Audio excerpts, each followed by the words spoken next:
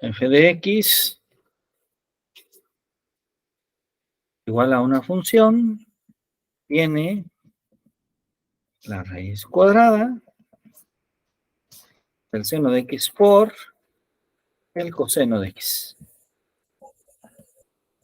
Entonces, calcular la derivada de f de x.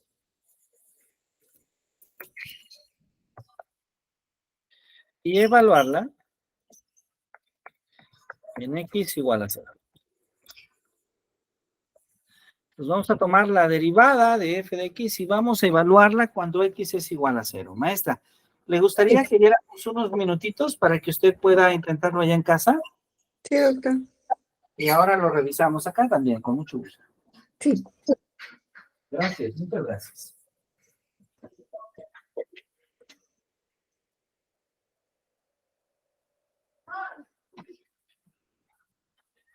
Vamos entonces ahora a revisar este ejercicio. Vamos a dar un poquito de tiempo para que usted pueda revisarlo. Sí, doctor.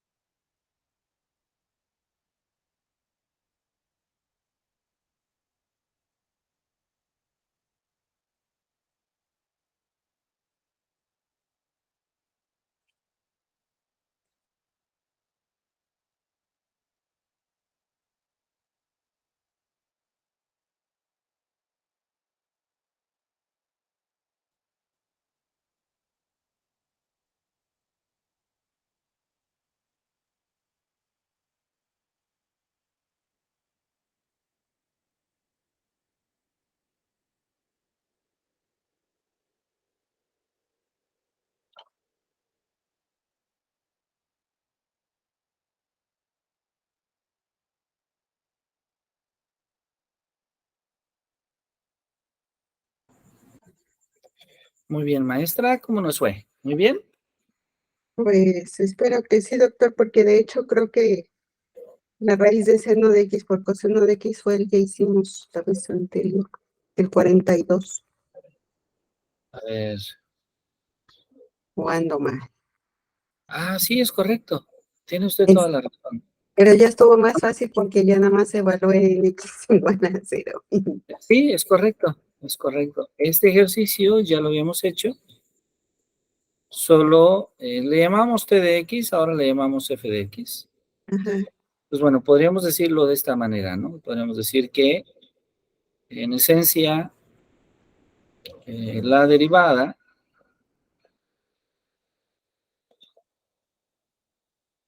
en x de la raíz cuadrada de seno de x por coseno de x es exactamente igual a menos seno cuadrado de x más coseno cuadrado de x sobre 2 veces seno de x por coseno de x. Y si esto lo sustituimos, la derivada vale eso, ajá, pero podríamos decir todavía más. Podríamos decir, bueno, vamos a evaluar lo que le llamamos f, ¿verdad? La derivada de f, sí, pero cuando x es igual a 0. Así, ¿verdad? Esto va a ser menos seno de 0 más coseno cuadrado de 0 sobre 2 veces la raíz cuadrada de seno de 0 por coseno de 0. Esto es igual a menos seno cuadrado de 0, que es 0, más coseno cuadrado de 0, que es 1. Entonces esto va a ser algo así como 1 arriba. Y abajo que tenemos 2 veces la raíz cuadrada de seno cuadrado por coseno, que es 1. 0 por 1 es 0. Y lo que tenemos esencialmente es 2 por 0, que es 0, sí, ¿verdad? sí. 2 por 0, que es 0. Pues tenemos un valor, podríamos decir que muy extraño, ¿verdad? Porque tenemos Ok, arriba un 1 entre 0, justamente. Y este es un valor indefinido. sí, Pues podríamos decir que la derivada de la raíz cuadrada del seno cuadrado de x por coseno, perdón, de la raíz cuadrada del seno de x por coseno de x, cuando pedimos evaluar esta derivada en 0, nos da un valor no definido. Ahí no está definida la función, ahí no está definida justamente la derivada, ¿verdad? sí. Ese es justamente el resultado que obtenemos. Muy bien, excelente. Doctor, una pregunta. Sí. Cuando yo era estudiante, a mí me dijeron y casi casi hasta me corren de la facultad por escribir el 1 entre 0. ¿Es correcto o es incorrecto eso? ¿O por qué me regañaron tan feo en aquel entonces? En realidad, el 1 entre 0 es un término indefinido. Ajá, Creo que en ese entonces le deben de haber dicho, porque lo que el profesor buscaba, digamos, era hacerle consciente de que 1 entre 0 es un término que no existe o que es un término indefinido. Dicho de ajá. otra manera, 1 entre 0 no es un número, aun cuando estamos utilizando símbolos para expresarlo. Ah, ok, El término 1 entre 0 lo que significa es que es una notación que es indefinida, esencialmente. Que sí, una notación que es indefinida. ¿Sí? sí, Eso es lo que simbolizaría en este caso. Y muy seguramente hubo interés en hacer pues, mucho énfasis por parte de su profesor, porque lo que buscaba era eh, clarificar que el alumno no se confundiera y no creyera que 1 entre 0 era algún valor, sino que realmente 1 entre 0 es un término indefinido, ¿sí? ok, Podríamos escribirlo como 1 entre 0 igual a infinito. Ah, Pero nuevamente, si escribimos infinito, algunos textos de cálculo utilizan ese término para decir que no converge, pero nuevamente, creo que esto va más allá que no converja o que converja, sino que va a que no tiene sentido evaluar la función en ese punto, porque en ese punto la función no está definida. sí, doctor. Gracias. Sí, a usted. Entonces, creo que es bajo esa mirada justamente que debe de haber tenido el profesor. ¿Sí? Em, Bueno, usted se lo puede explicar a sus alumnos tratándolos muy bien. Sí, Sí, en sí, aquel sí. Decirles, entonces, váyanse a estudiar otra carrera, decirles no, simplemente clarificar que no es un número, sino que demuestra una indefinición. sí, lo que yo me sentí, le digo, casi, casi como que me querían excomulgar de la facultad. Pero sí, muchas veces tiene que ver con esta idea de que hay algunos profesores muy estrictos, dicen, hey, no, no, no, no puedes escribir eso, no acepto que escribas. Sin embargo, es para tratar de remarcar la parte conceptual, digamos. Como algunos profesores evitan que el alumno escriba dx en dx, para evitar que el alumno se confunda y crea que lo que tiene ahí es la derivada de x con respecto a la derivada de x, como si fueran dos términos algebraicos, y entonces dx en dx fuera uno. Entonces muchos Pero dicen, no, no lo escribas así, porque si lo escribes, el alumno se va a confundir y va a pensar que el operador de x de Leibniz es un término que puede dividirse de x en dx y que por eso es uno. Entonces, digamos que es un ajuste de notación, un ajuste de sí, notación. Buscar la notación más adecuada para presentar el concepto. sí, Buscar la notación más adecuada para presentar el concepto. Bueno, supongamos que tenemos h de x y h de x es igual al seno cuadrado de x por la tangente de x. ¿Sí? Por la tangente de x. Y bueno, aquí ya estamos incluyendo una fórmula de derivación, que es la derivada de la tangente. ¿Recuerda usted cuál es la derivada de la tangente? secante cuadrada. Exactamente. Entonces, vamos a recordar acá justamente ese hecho, que la derivada en x, la tangente de x es justamente la secante cuadrada de x.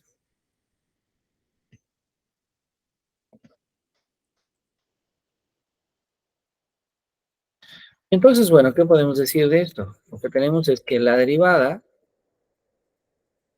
para esto un poquito más acá,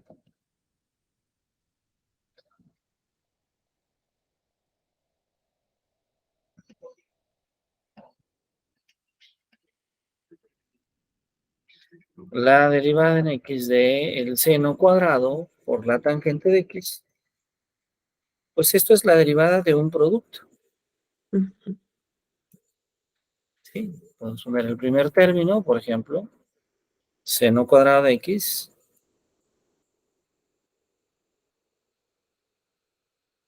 por la derivada del segundo término, que es la tangente de x, más el segundo término por la derivada del primer término, que es la derivada en x de el seno cuadrado de x.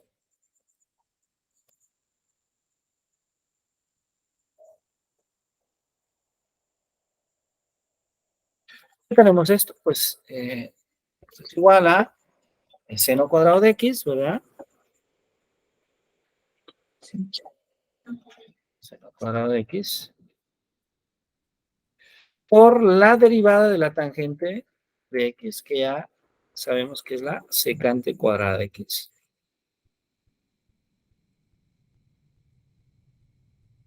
Más, más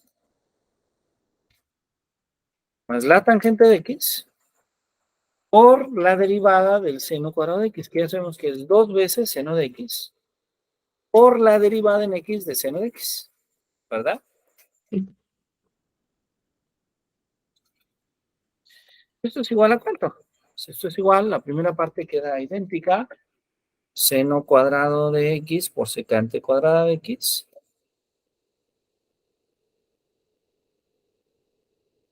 Y está más tangente de x por 2 seno de x por la derivada del seno de x, que es el coseno de x. Y ahí está. Ahí está justamente el valor que tiene esta derivada de la función h de x. ¿Correcto, maestra? Sí, doctor. Muy bien. Podemos agregar una definición. Entonces, la definición que es como una especie de regla, básicamente, es que podemos definir que la derivada en x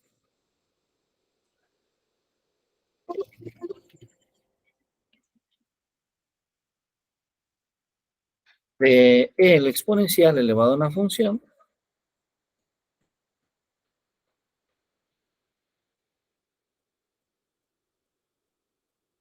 es exactamente igual al exponencial elevado a una función,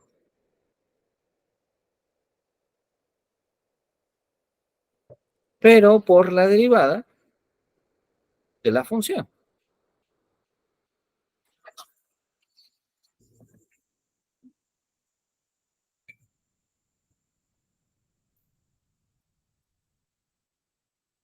Y ya está.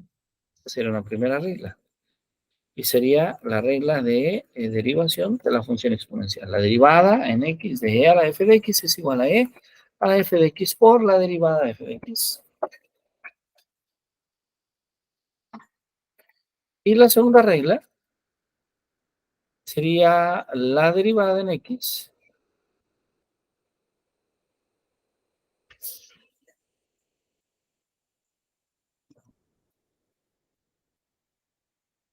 el logaritmo natural de f de x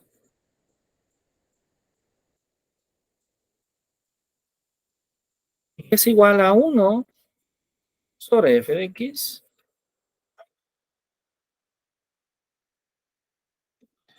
por la derivada en x de f de x.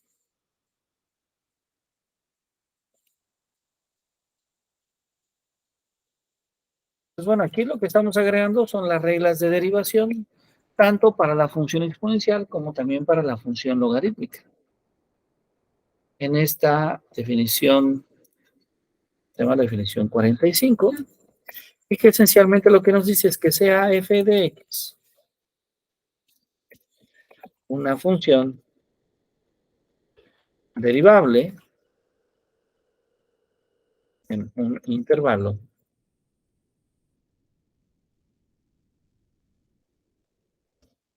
real, se cumplen estas dos condiciones. La regla de derivación de la función exponencial y la regla de derivación del logaritmo natural de f de x. ¿Sí, maestra? Sí, doctor. Entonces vamos a hacer un ejemplo, el ejemplo 46. 46.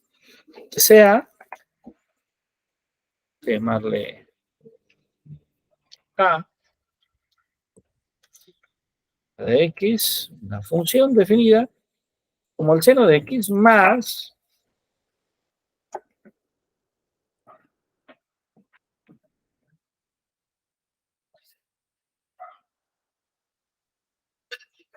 seno de x más 2x por e a la x. Voy a bajar esto un poquito acá.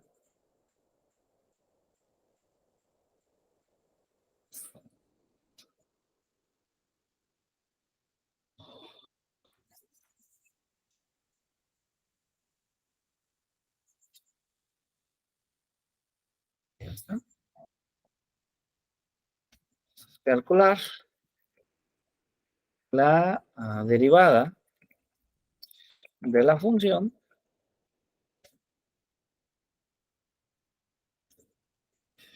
a de x cuando k es igual a 0. Nos piden también evaluar, no cuando k, sino cuando x es igual a 0. Nos piden evaluar esta función. Y bueno, podemos calcular esa derivada, ¿verdad? No se ve una derivada tan difícil. Sí. Es decir, estamos hablando de una función de derivada en x justamente de seno de x más 2x a la x.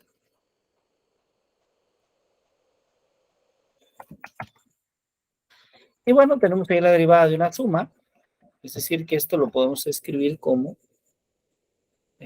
la derivada en x del seno de x más la derivada en x de 2x por e a la x.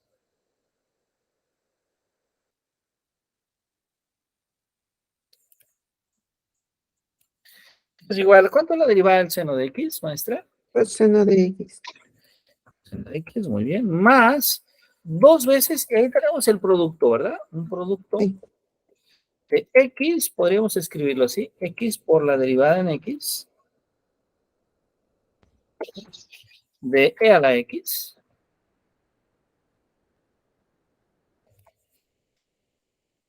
más e a la x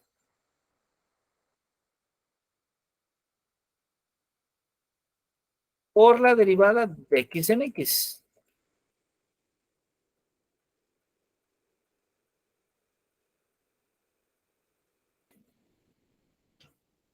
¿Esto es igual a cuánto? Pues esto es igual a coseno de x, ¿verdad? Más 2 veces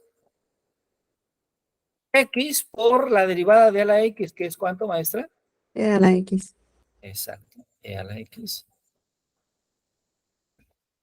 Más e a la x por la derivada de x en x, que es ¿cuánto? 1. Entonces tendríamos e a la x por 1, es e a la x. Ahí está. Perfecto.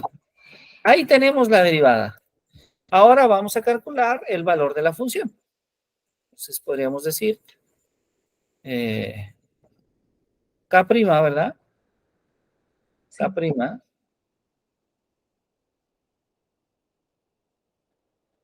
evaluada cuando x es igual a 0. ¿Es igual a quién? Coseno de 0 1. más 2 veces, paréntesis,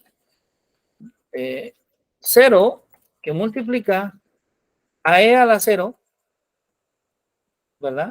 1. Sí. Más e a la 0.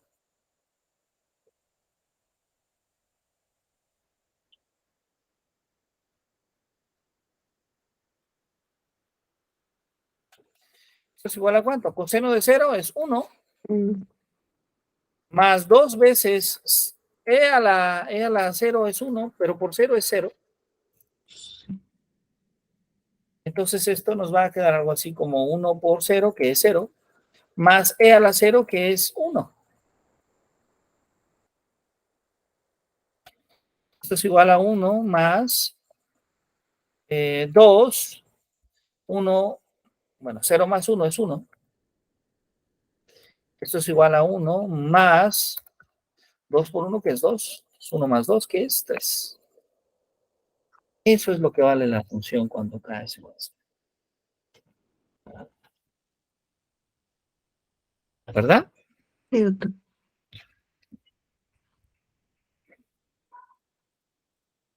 Exacto.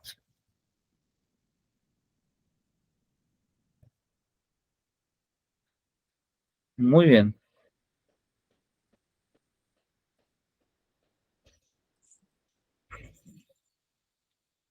Entonces vamos a hacer un ejemplo 47. Que se sea,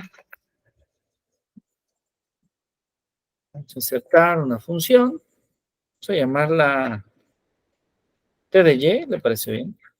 Sí. Igual a 2Y cuadrada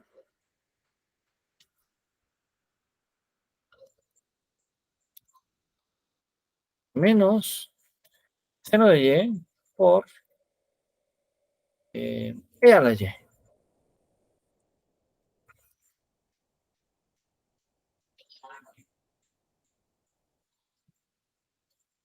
Entonces, calcular la derivada de la función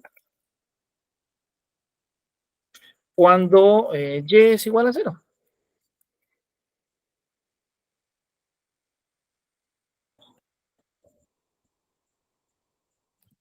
Muy bien. Ahí está, maestra. Entonces vamos a dar un par de minutos para si usted Sí, gusta intentarlo ya, calcular esta derivada y después evaluar esta derivada. sí. Muy bien, adelante, por favor.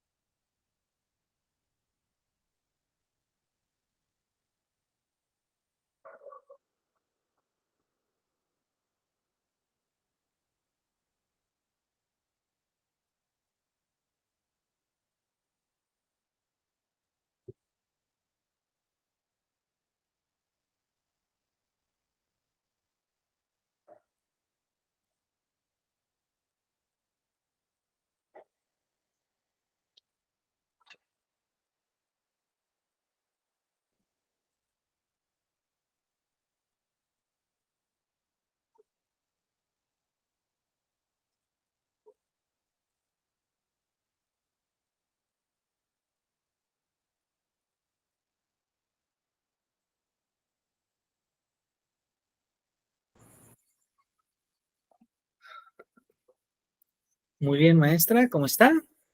Bien, doctor. Listo.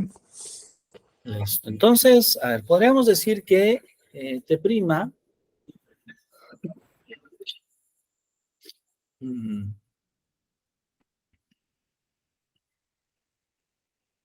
¿Quiere que le diga el resultado? Bueno, lo que me quedó.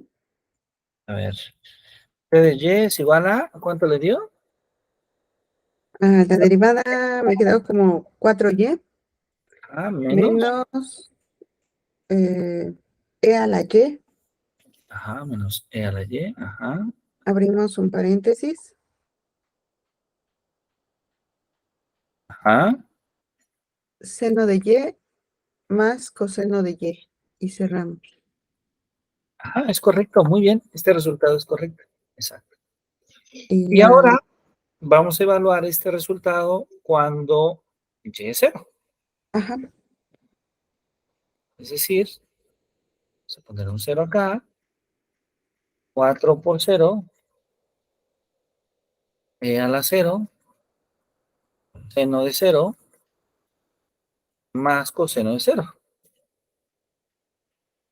Bueno, sí, de la primera parte es muy directa, 4 por cero va a ser cero, menos e a la cero, que es 1, por seno de cero, que es cero, más coseno de cero, que es 1. sí, Entonces esto nos va a dar menos 1, ¿verdad? Por sí, 1. El valor es menos 1, ¿es correcto? sí. Exactamente. Bien, excelente. Excelente, el resultado al que usted llegó es correcto. Excelente. Muy bien, excelente. Entonces, bueno, una función, ya habíamos hablado antes de un resultado. Voy a irme un poquito hacia atrás y me disculpa, porque me interesa recordar esto. Cuando una función tiene derivada en cada punto de un determinado intervalo, decimos entonces que esa función a la que estamos haciendo referencia es diferenciable. ¿Sí? Y bueno, estamos recordando esta definición. Voy a permitirme escribir como una especie de definición 48 para decir que si f tiene derivada en cada intervalo y, ya sabemos que i es un subconjunto de los números reales, decimos entonces que f es diferenciable en ese intervalo. ¿Sí? Además, tiene sentido que una función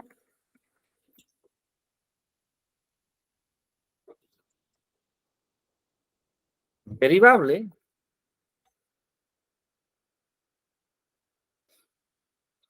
pueda, eh,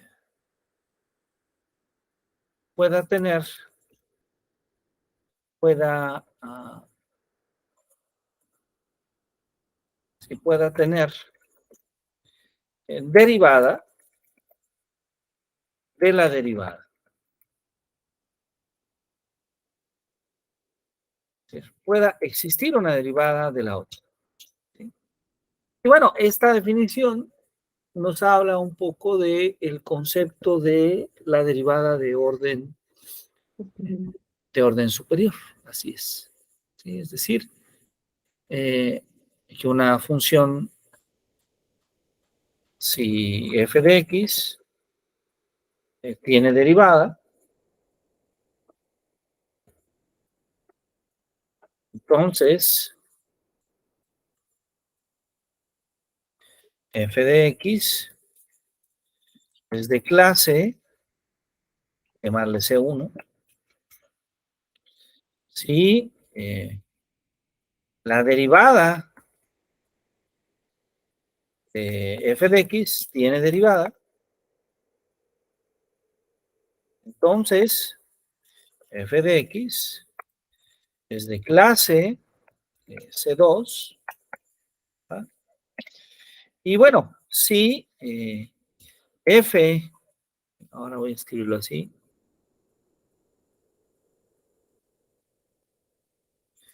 de n de x tiene derivada, entonces f de x es de clase Cn. De hecho, podríamos pedir aún más, que bueno, si, voy a escribirlo ahora de esta forma, escribirlo ahora de esta forma. Si f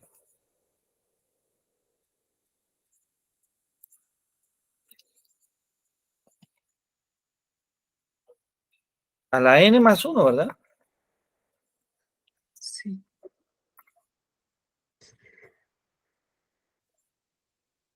Si f a la n más 1, escribimos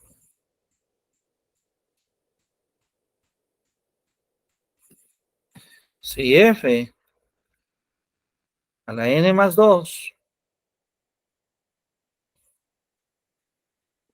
y así sucesivamente tiene derivada,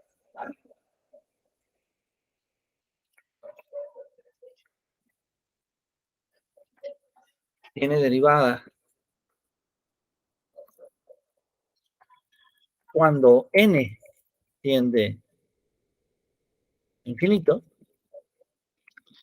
entonces f de x es de clase c infinito.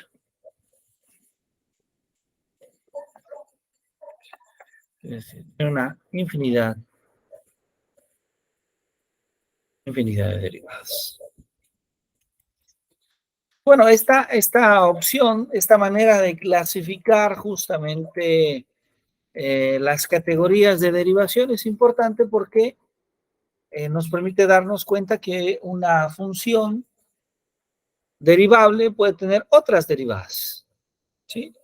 Y podemos con ello definir las derivadas de orden superior. Por ejemplo, tal vez el ejemplo más bonito es este ejemplo 49. Perdón. El ejemplo 49 es uno de los ejemplos más bonitos. Porque podemos considerar en este ejemplo 49 la idea de la relación entre la velocidad y la aceleración.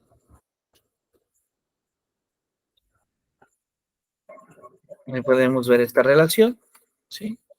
Si nosotros definimos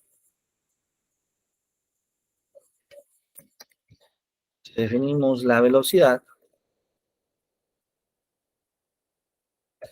como el cambio de posición que sufre un cuerpo respecto del tiempo,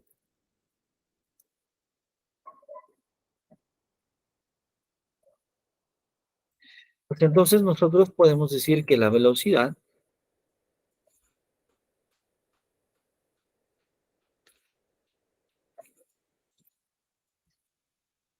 es igual al cambio de posición con respecto al tiempo, a un intervalo de tiempo.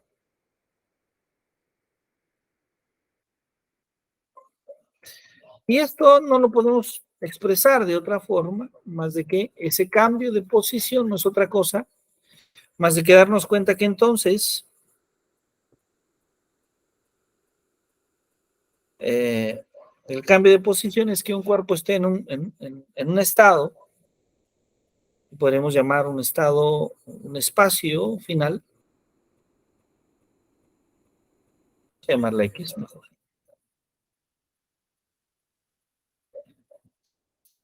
Una posición que podría ser X final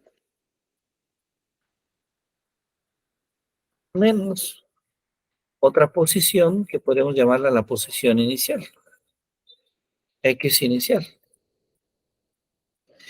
entre un intervalo de tiempo que se ve de manera muy semejante, una diferencia entre tiempo, es decir, el tiempo final,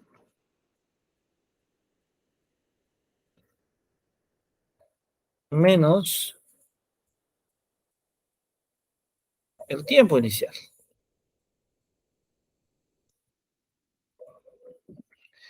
¿Y esto qué es? Pues esto es igual a esta diferencia entre X final menos X inicial, pues no es otra cosa más de que un cambio que comúnmente lo escribimos en matemáticas con la variable delta,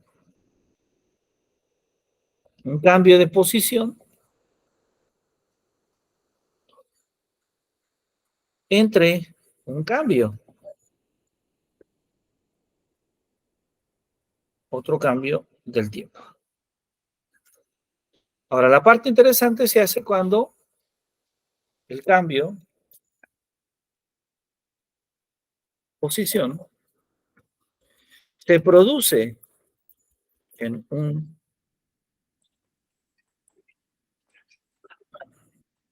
instante de tiempo. Cuando esto ocurre, cuando el cambio de posición se produce en un instante del tiempo, suponemos que el tiempo es tan breve, que el tiempo es tan corto, que entonces el tiempo tiende a cero. Entonces tiene sentido la existencia de este límite.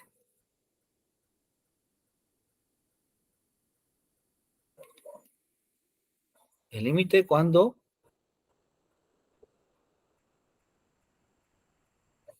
el cambio en el tiempo es casi cero, tiende a cero. Pero el límite del cociente de ese cambio de posición con respecto del tiempo.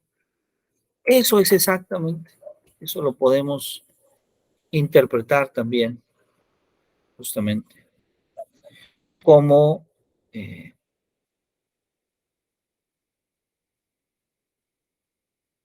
una derivada.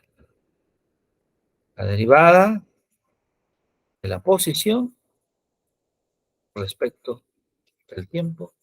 Y esa derivada de la posición respecto al tiempo es lo que llamamos la velocidad. ¿Sí? Entonces, la velocidad la podemos entender como la derivada del espacio de la posición respecto al tiempo. Ahora, esta definición que utilizamos en física nos sirve para definir otra cantidad física importante, que es la aceleración. ¿Sí? Si definimos la aceleración como el cambio de velocidad,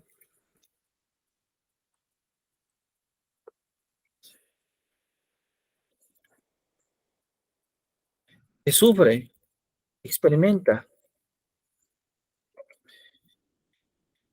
el cuerpo en un intervalo de tiempo.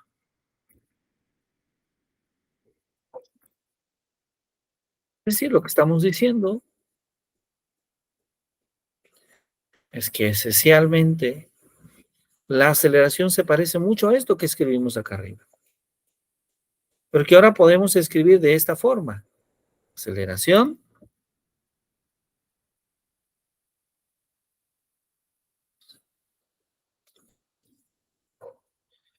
igual al cambio de velocidad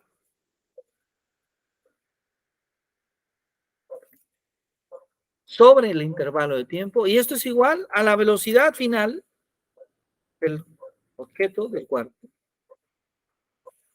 menos la velocidad inicial entre el tiempo final menos el tiempo inicial. Y eso es igual a ¿qué? Al cambio de velocidad respecto del cambio del tiempo.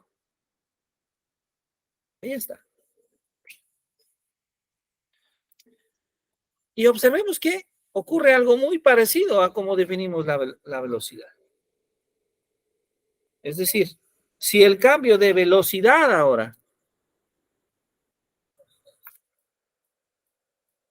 se produce en un instante de tiempo, es decir, cuando el tiempo tiende a cero, entonces el límite del cambio en el tiempo igual a cero, que tiende a cero, de delta de V sobre delta de V, delta de V sobre delta de T, va a ser la derivada respecto del tiempo de ¿quién? De la velocidad. Y esa derivada respecto al tiempo de la velocidad es lo que llamamos la aceleración. Eso es lo que llamamos aceleración.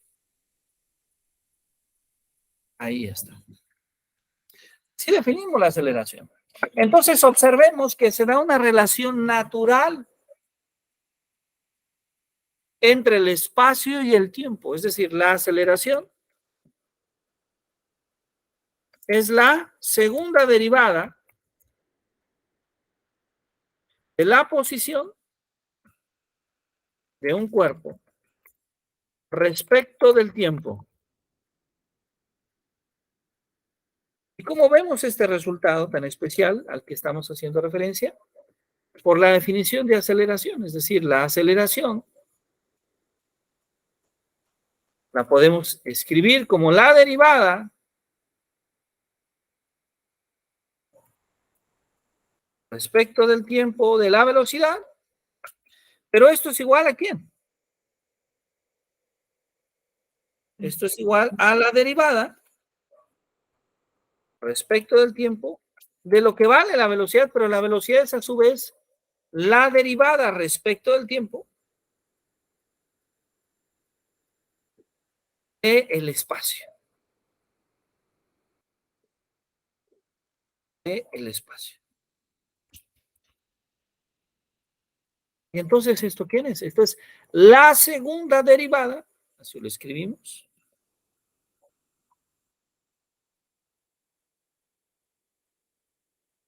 La segunda derivada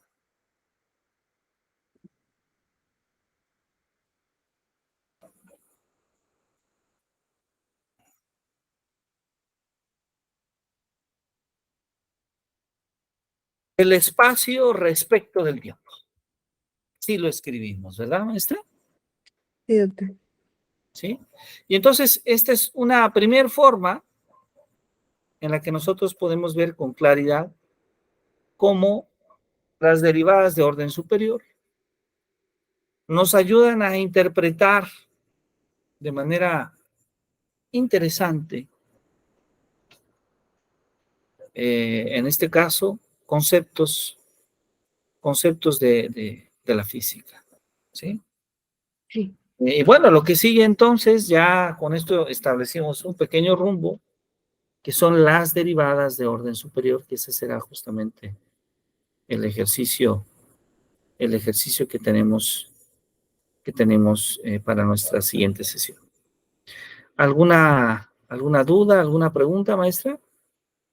No, doctor, todo bien.